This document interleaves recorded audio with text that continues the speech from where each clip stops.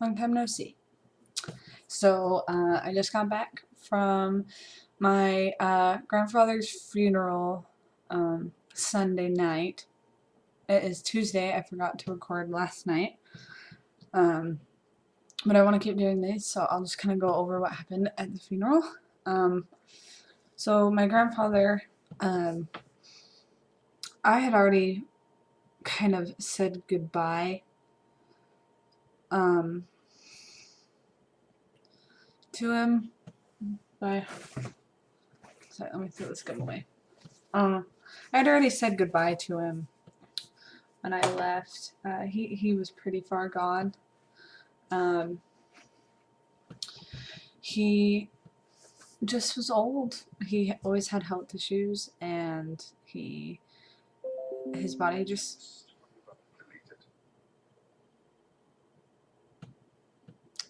got tired. I spent the last few days with him. I stayed the night a couple of times. One night we were with him all day, and we went home, and then we came back and to say goodnight. And when we left, my mom got a call, and my aunt, it was my aunt, my mom had just laid down, and she says, we went to go change grandpa, or dad, and he's bleeding really bad. So we rushed over there, and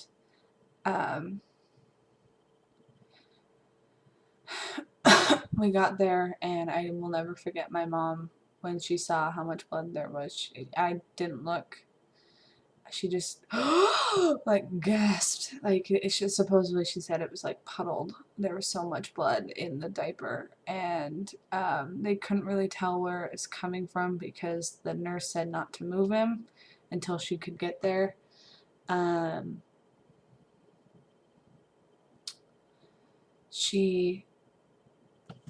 The CNA, James, who was very, very nice, he was panicking. You could tell he was really freaked out. And he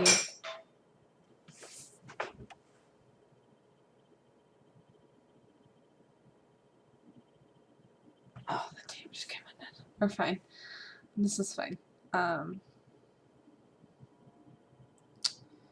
So he was on the phone with the nurse, and my mom was like, "Do we need to call 911?" And he's like, "Yes, I think so."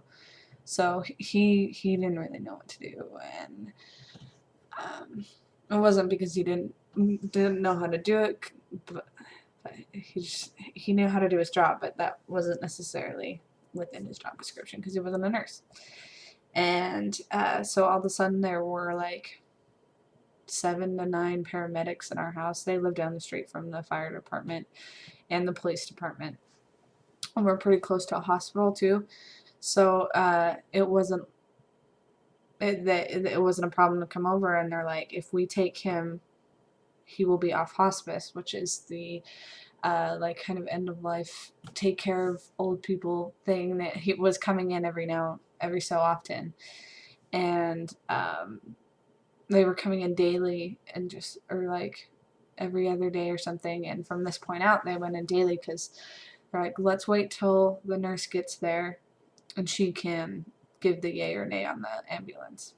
So my mom calls the on-call nurse, who isn't his normal nurse, and his normal nurse loved my grandpa, and she was gonna get taken off of his schedule, and she was like, no, I want to stay with him. So that meant a lot that she that she cared about my grandpa that way. So my mom calls the on-call nurse, and my mom's like, well, what do you think it is? She goes, he's dying. And we're like, yeah, we get it, we know, but could you have a little bedside manner here? And she got there, and she was like, oh, it's hemorrhoids. And we're like, okay, but have you looked at him? No. Well, it's hemorrhoids, of course. It's hemorrhoids. It's definitely hemorrhoids. And she didn't even look at my grandpa. He's sitting in this pile of blood that we couldn't clean up till she got there. I hadn't quite gotten to that point yet. They finally, she's like, okay, let's get him cleaned up.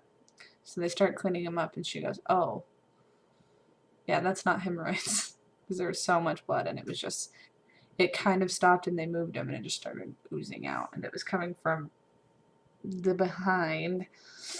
And like I saw at least that part where I could see them turn him over, and I could see it coming out from a certain angle, and it was definitely a lot of blood, and they couldn't get it to stop. And we're like, well, what do we do? She goes, the only way we can know what it is by a scope, and he wouldn't survive it. So it's time to just make him comfortable. And this was Sunday night, I think.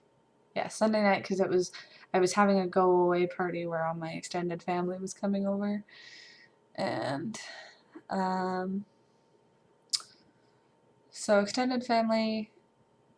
Yeah, so it was me that night. I stayed the night, and it was me, my mom, and my two aunts, and we they told us we'd have to change him every hour, and the bleeding ended up slowing down and stopping eventually, but that night we only had to change him twice. But the first time, like, he'd actually had a bowel movement, and we had to clean it up. I didn't do the actual cleaning, I just helped roll him, but I will never forget that smell and that the sound he made, just that whine or that whimper when he got moved because he was in so much pain. It was just hard. It was one of the worst nights of my life because I also thought I felt a hand on my back, and my grandparents' house is notoriously haunted, so it, yeah, and I kept seeing things, and not fun. But the hand felt very comforting. A lot of people said that they think it was my grandma, because my grandma's passed on as well. Um, yeah, it just felt like my back. It was very, and I flipped out and turned around because I thought it was someone because it was my back facing, and I ended up not saying anything. And so anyway, after that, um, we stayed with him through the night, and then basically couldn't be alone anymore.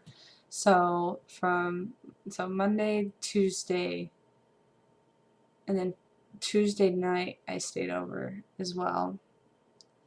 Um, and I was supposed to leave Thursday, and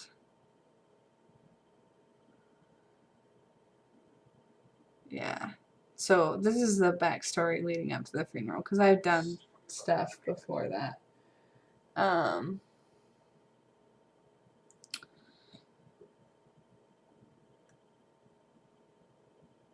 the night before I left, I had my uncle gave my dad a blessing, and my grandpa a blessing, and he also gave my uncle, who is handicapped, a blessing because he was struggling. He normally has like 2 seizures a month. He had 4 in 3 days, and it was really hard for him. You could tell. But then my aunt goes, "I think Sarah needs a blessing." And I don't go to church. I don't really believe in the church anymore. But I was like, sure, yeah, anything. I will take anything, because I had to leave the next day, and part of me was dealing with the guilt and also the hope that he would pass while I was there, so that I could know what was going on, and I could know when the funeral was easier, and he didn't. So I got a blessing, and my dad usually gives very similar blessings, but this one was a little different, so it meant a lot.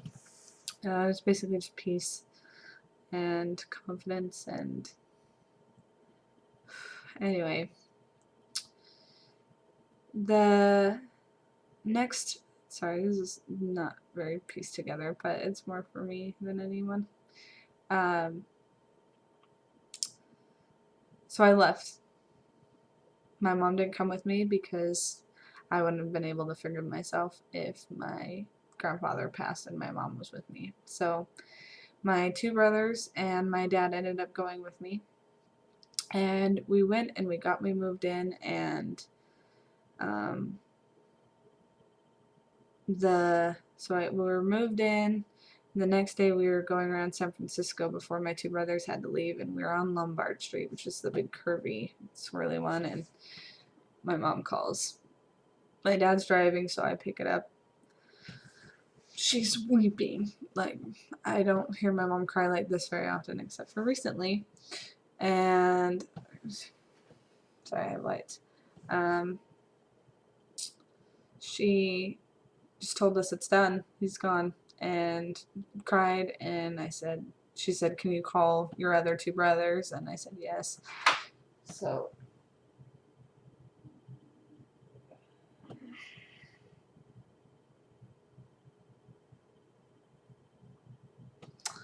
well, um, so one thing led to another. My dad left, and now I'm here alone, and it's been a while. So, uh, that same day we found out the funeral was the following week. So, yeah, the funeral. Let's see. How about I stop this here? Say this is the leading up. This is how my grandfather passed away. He passed away in his sleep, very peacefully. Peacefully as you can. My mom said he started like gargling. They call it a death rattle, I guess.